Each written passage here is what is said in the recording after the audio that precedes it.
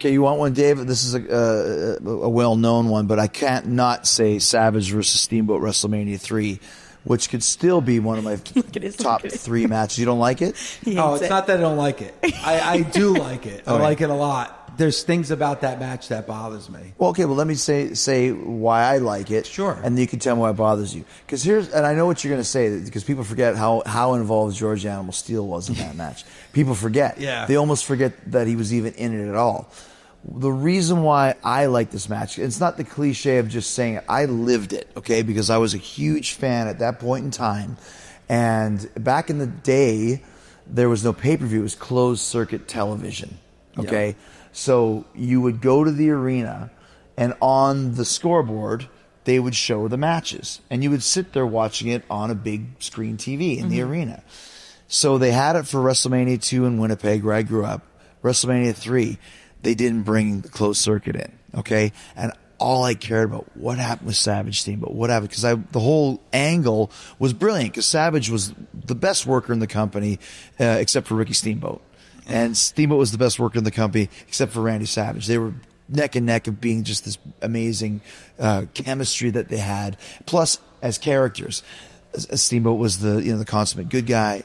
Savage was the evil guy who was hiding behind Elizabeth. And then Savage hit the ring bell into Steamboat's throat and crushed his larynx. And Ricky told me on Talk is Jericho that Vince wanted him to go to voice class and be like, can't talk, I can't talk. And they finally, it was too stupid, so they stopped it. So it built up to this big match, and we didn't get it in Winnipeg, and I was flipping out. But wrestling was so popular then, they showed highlights of it on the sports, not even Sports Center, on the Detroit sports station that we used to get in Canada. They showed highlights of it. And then I had to wait another month for Coliseum Video. So I didn't get to see it until it came out on video. Once it did, my friend and I, we had our own, you'd call it backyard wrestling now. At the time, it was just us wrestling on mats in our house. We memorized that whole match from beginning to end. And I remember, I could be wrong, 23 or 24 two counts, we called them. False finishes now. We didn't know what they were called. 24 two counts. There's so many two counts. We can't believe it. And we had the whole thing organized. Let's do it. Let's do Savage Steamboat. And to this day, still lives in my head, because that's where I really started realizing I can do this. Like, I can wrestle. Not as big as those guys, but I've learned the routine. So that always holds a dear spot to me. Now, what did you not like about the match? Well, I mean, first and foremost, like, your favorite being Ricky Steamboat. You know, Ricky Steamboat is on my top 10 of greatest pro wrestlers of all time. By the way, you're in my top 10 thank you. greatest pro wrestlers of all time. And I think Steamboat a lot of times is underrated for that. Agreed. I mention it on Busted Open, and people call in and say, come on, hey, if you look and you ask most people their top 10 matches, people are going to have Steamboat and Savage. People are going to have the trifecta with Flair, in 89. So you're talking, 4 or 5 of some of the greatest pro wrestling matches of all time involved Ricky Steamboat. Yeah.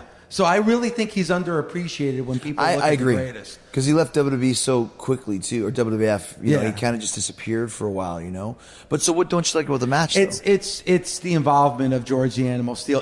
It bothered me that night because he pushes Savage off the top rope, which leads to the finish, right? Yes. Yeah. And because like you, I was completely involved in that story. I thought the story was amazing. And I saw it on closed circuit TV. I saw it at the William Patterson College Gymnasium. And if you remember, WrestleMania 3 started in the afternoon. The gymnasium, there was no curtains on the windows, so for half the show, you couldn't see it on closed circuit TV because it was too light in the gymnasium. But that involvement of George the Animal Steel. That's a great point, yeah. It bothered me that night. You know what's funny is, and then we'll get to Gabby's next choice. It's funny because we were just talking about I think it was the 5th anniversary of the Festival of Friendship with Kevin Owens and I. Amazing. Which to me is still one of the greatest Raw segments ever, completely unbiased saying that.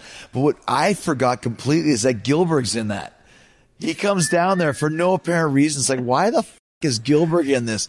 It's because he was doing something with Goldberg coming up. But it's like, you forget that George Animal Steel was in that match. You forget that Gilbert was in the Festival of Friendship. You kind of edit out the things that you don't want to remember No, and you know what? You didn't need to have his No, you didn't. involvement at all. You didn't. It would still Yeah. would have been a classic match. course. It still would have told an amazing story and would have been, like you said, Yeah. that kiss at the end. Right. And he didn't need to have George Animal Steel involved. One in that last match. thing I asked Steamboat, which one did you like better, Flair versus Steamboat, whichever the classic one was, Great American Bash, I think? Well, it was they had the 3 Clash of Champions Okay, in so Chi-Town Heat. Yeah. Let's say, what was your favorite?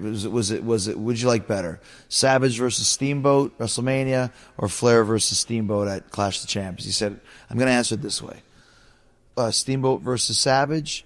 We had a list from move 1 to move 250. Flair and Steamboat.